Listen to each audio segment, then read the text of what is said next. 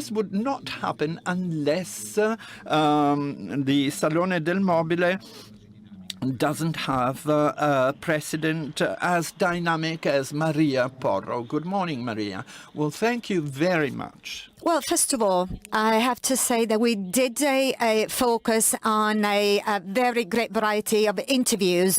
We did meet with people, we organized roundtables, and we were very much and proactively listening to the needs of visitors and exhibitors, trying to really work out the best values that we could share from a business standpoint, but also from an innovation standpoint. So we tried to understand what were the critical issues, and you hear from Lombardini 22 when they be delivering Euroluce project, they will explain that the visitor will be able to really understand what he wants to see, where to go, and the bottom line for us is for visitors to be able to see as much as they can and as many brands as possible. We want from the tiniest to the most important to be fully visible. The way we worked on Euroluce, well, let's say that our efforts were fully consistent with everything else that we developed. The word of light has radically changed over the last few years. And not only we just simply talk through the fixture, let's say the lighting fixture, but we now devoted also our efforts to the influence that light has on our life, on the way we experience, let's say, the environment. So this way, we've decided to welcome exhibitors who are belonging, let's say, to this new technology-based world. Often these people are hidden, but at the end of the day, they do impact the lighting fixture projects more and more.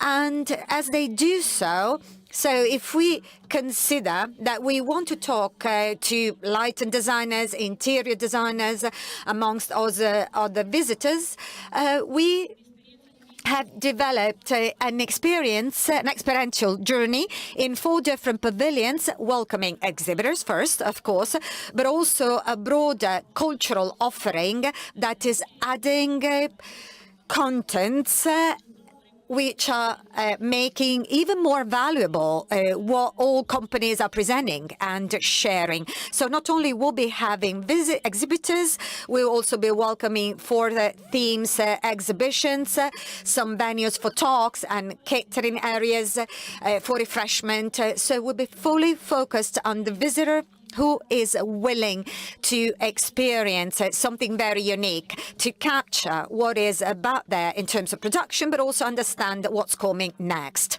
So, Mr. Yuri Franzosis, General Manager of Lombardini 22, Beppe Finessi, the curator of the cultural events, and Mr. Faresini from Forma Fantasma. So, let's begin with Yuri, the General Manager of Lombardini 22. You worked out a layout recalling the old cities in Italy. Why?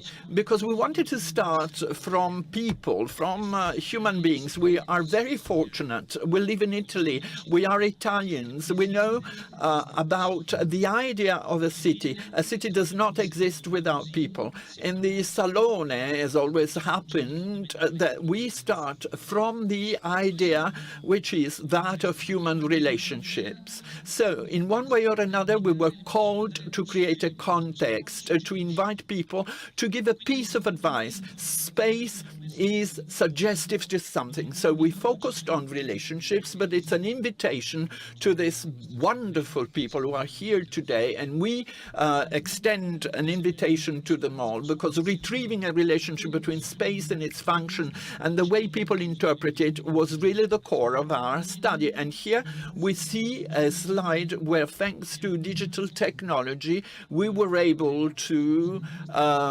develop with a parametric technology to try to carry out an experiment, try to understand the way people live a certain venue, a certain space. When you get into a space, what happens? Because putting people at the center meant try to really embody them. And here the various routes are being remodeled based upon a certain point of view.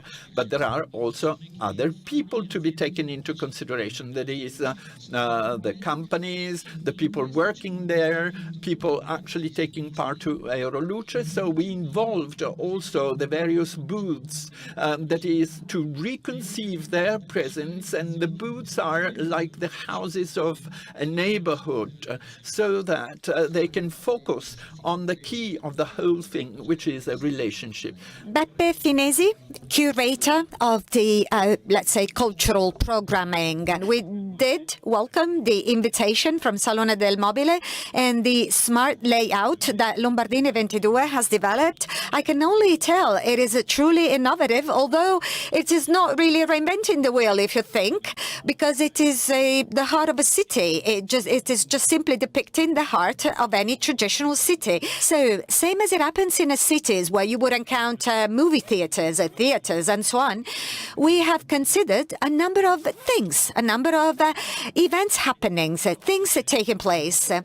And this is how we developed a project, multifaceted, which is, of course, including many different people, different generations, people coming from all over the world, different culture, different languages. So we have learned from our masters to really appreciate differences, to value differences. So along with Maria, we have developed this kind of a multi-voice project, if you will. It basically gives the streets back to people, to visitors. And inside these very streets, we did develop our own project. You know, think about walking in a city. Every 5-10 meters, you will come across something special, right? And that is exactly the same experience that people will benefit in Salone.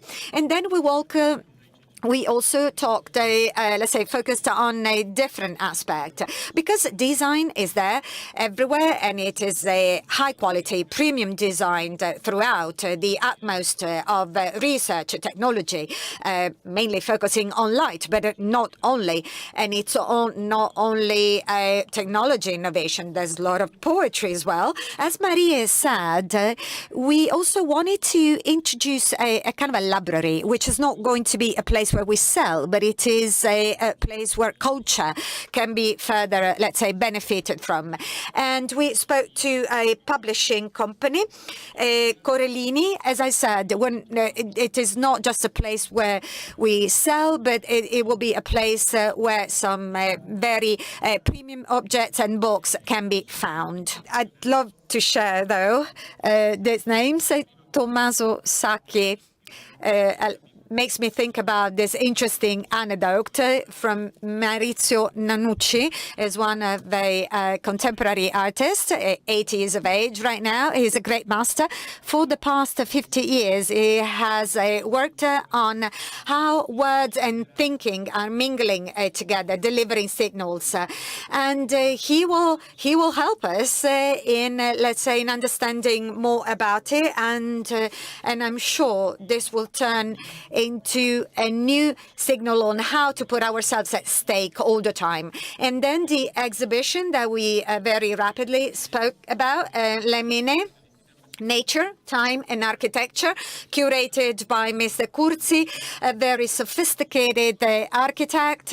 There will be also an exhibition devoted to design, which is not about the traditional lighting fixture, but it is about design that is considering light events. Matteo Pirola, staged by Outer Space. We're going to see sunsets and sunrises, some let's say, some kind of intuitions, light-based intuitions, which are becoming evident without necessarily translating into a traditional lighting fixture. And then another exhibition, Fiat Bob, The Syndrome of Edison, curator is Martina Sanzarello. She has she's delivered the results of a research around the shape of the traditional light bulb, the Edison light bulb, and she will surprise us with some works that might also include Kiki Smith's work, and it will be surprising. As I said, it will be very unconventional, and it's nice that we devote an exhibition to the light bulb in a world of lighting, which is now being totally, let's say, changed and revolutionized by the invention of LED.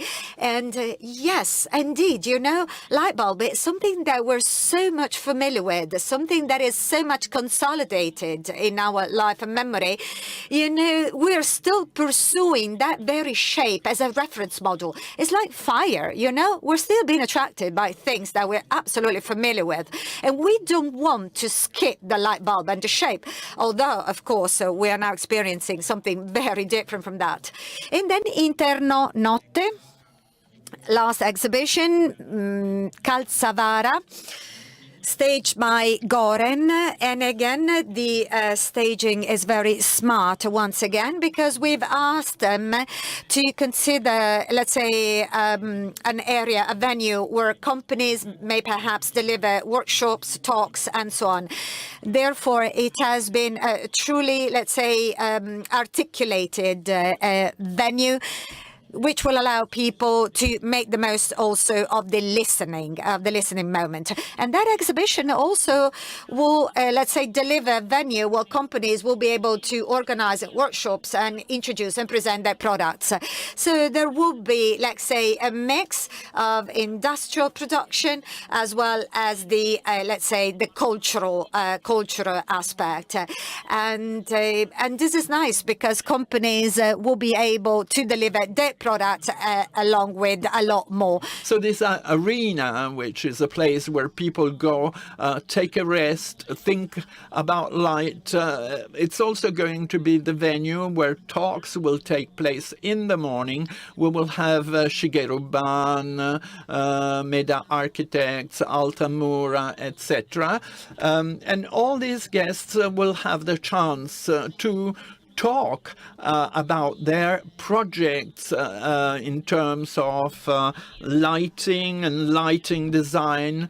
That is, to tell people what usually into a trade fair you cannot talk about because you don't have time enough. So this is a further chance for people to know more and open up a window on the business of design. So thank you, Yuri. Thank you all. A nice surprise. Salone Satellite celebrates Euroluce with the new concept which has completely revolutionized the various setup of the pavilions designed by these people here. On the partitions separating the two events, there is going to be an exhibition called Satellite. Like Sate stands for satellite and light stands for light.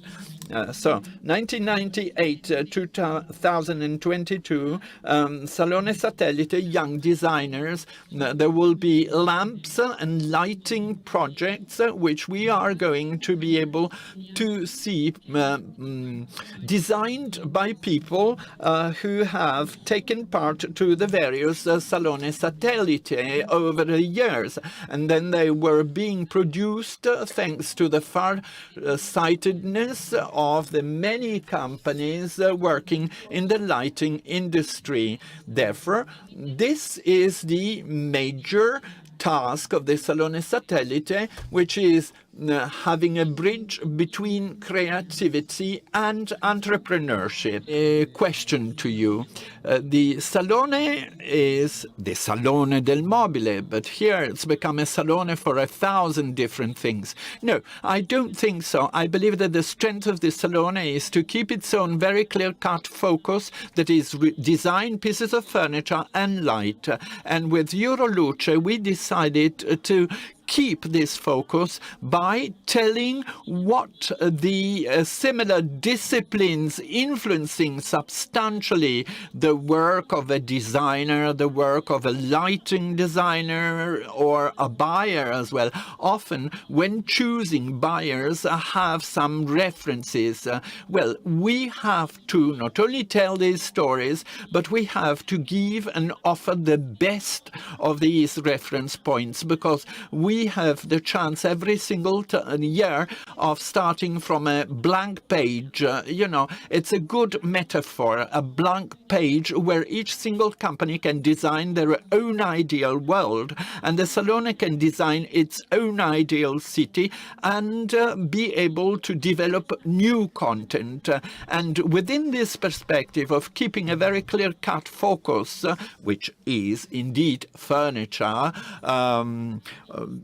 with the various differences in this industry as well as light, but also offering a few more pieces of information and insights on what influences a buyer or a designer or a new perspective by a company. The efforts today will really translate the works of so many people working behind the scenes. And so many thanks really to all of the people who work with me. We are a team, work like a choir, literally. Look forward to welcoming you all. Thank you so much, Linus, for being with us today. Well, thank you all. Have a great rest of the day. Bye-bye.